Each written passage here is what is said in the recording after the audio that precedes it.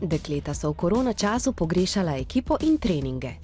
Ker ni isto, če narediš trening doma ali pa v dvorani.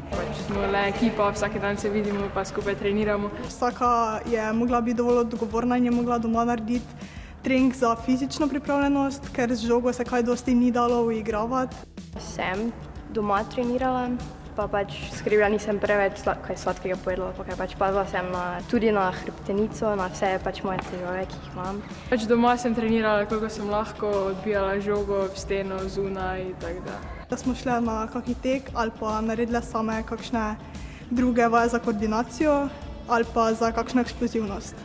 Čeprav med dolgim kar 4-mesečnim obdobjem, ko so bili treningi skupinskih športov za rekreativce prepovedani, niso počivale, je razlika opazna. Definitivno smo pač malo iz forme padle, ker tako dolgo nismo trenirale. Malo se je na tehniki v kondiciji poznalo.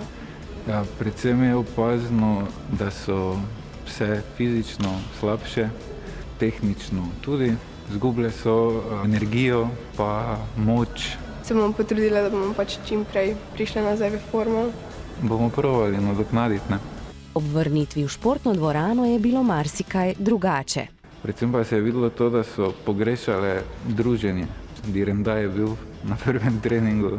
Malo je bilo čudno na začetku, ker pač dolgo že nisi videl vseh ljudi okoli sebe. Skrajšali so nam treninge, zdaj imamo uro pa pol treningov pač zaradi vseh ukrepov.